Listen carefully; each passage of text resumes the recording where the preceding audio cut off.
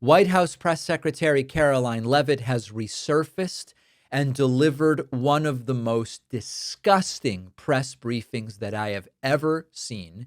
Her press briefing rate has slowed down. It's almost down. I was going to make an IQ joke. It's very low.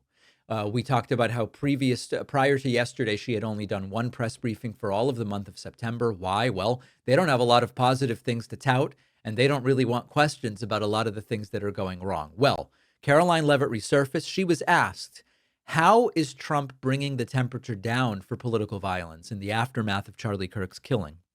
When in his eulogy, which is a term we're using very loosely, it was more of a political speech, but at the eulogy Trump delivered for Charlie Kirk, Trump said he hates his political opponents. How does that bring the temperature down? Here's how Karoline Leavitt answered. Yesterday, so we heard from Erica Kirk. She said she forgives the man who shot and killed her husband. And then right after that, we heard from the president who said, I hate my opponent and I don't want the best for them.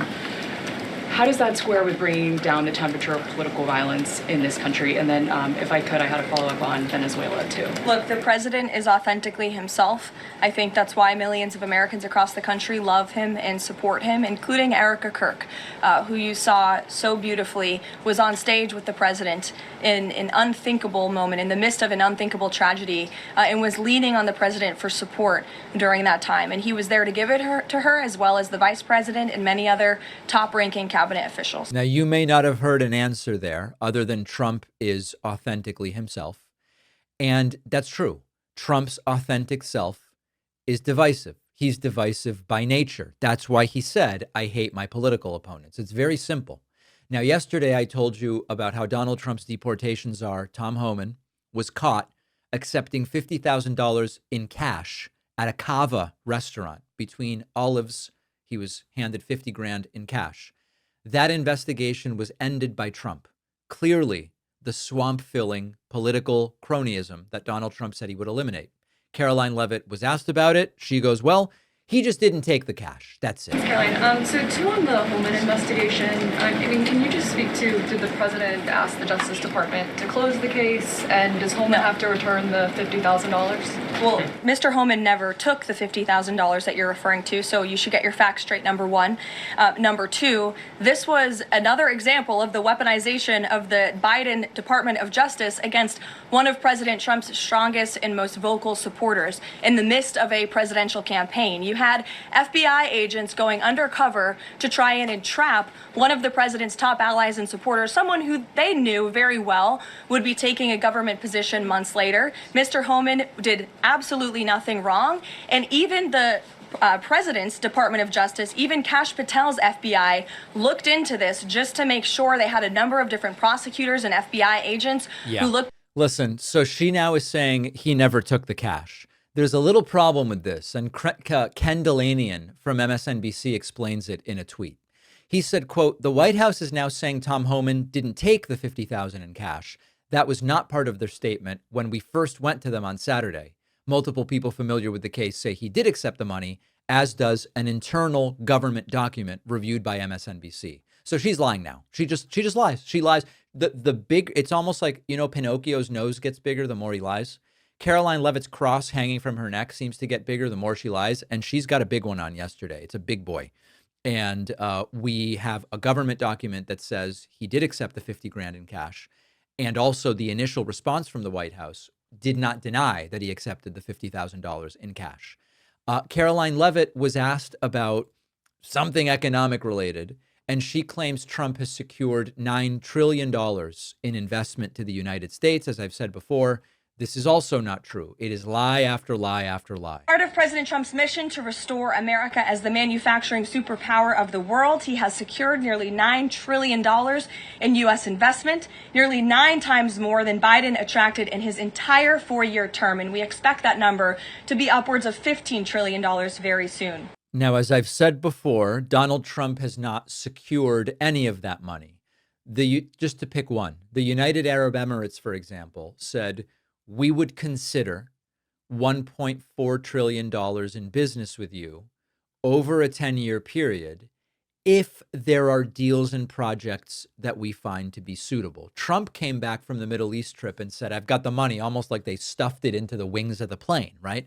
But these are theoretical commitments over a 10-year period.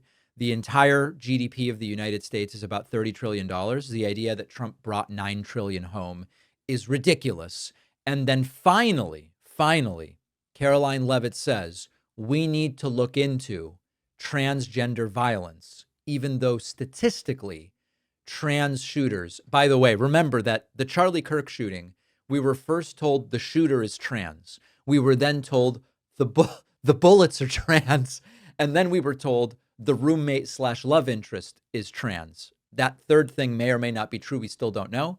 But trans shooters are underrepresented relative to their proportion of the population. But Karoline Leavitt says, oh no, we've got to look into transgender violence. Really what we need to look into is violence against trans people. I asked the president last night on Air Force One about this pattern of transgender violence we're seeing. Charlie's killer lived with his boyfriend who identifies as transgender, and then we have the Annunciation shooting, the Covenant shooting, all of these incidents. The president said that we're looking into transgender violence. Does that mean the FBI is looking into it? And can you give any more clarity on how the administration is viewing this uptick in specifically transgender violence? It's definitely something worth looking into, and I think anyone who denies that at this point is being willfully ignorant. And the administration is taking it seriously, all causes of violence, and why these people would be driven to such evil and such hatred.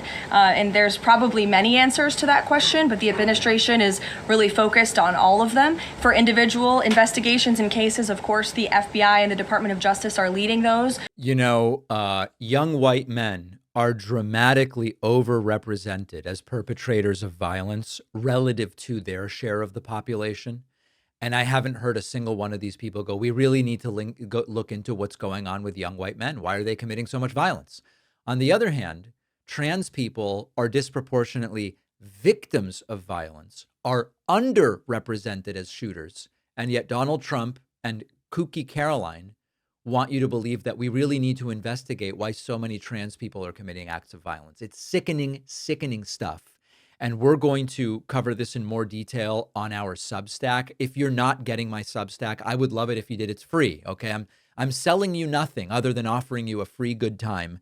Go to substack.davidpakman.com. Make sure you're getting my newsletter, and we're going to follow up in more detail about this issue.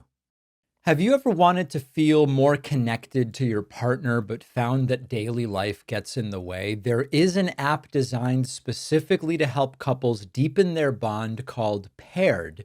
Our sponsor Paired gives you daily personalized questions, quizzes, fun games, really just crafted to inspire meaningful and enjoyable conversations with your partner. And you won't see your partner's answers until you've shared your own. So it's like a safe, genuine space for honest dialogue and discovery. Recently, one Paired prompt asked, what's something you admire most about your partner? Answering this simple question created a conversation with my girlfriend and highlighted things that we sometimes overlook. The Paired app is a great daily reminder of the qualities that make relationships special. Whether you're just starting to build your connection or you've been together for years, Paired helps make it easy and enjoyable to strengthen your relationship, and it's just 5 minutes a day. Head to paired.com/Pakman for a 7-day free trial and 25% off your subscription. The link is in the description.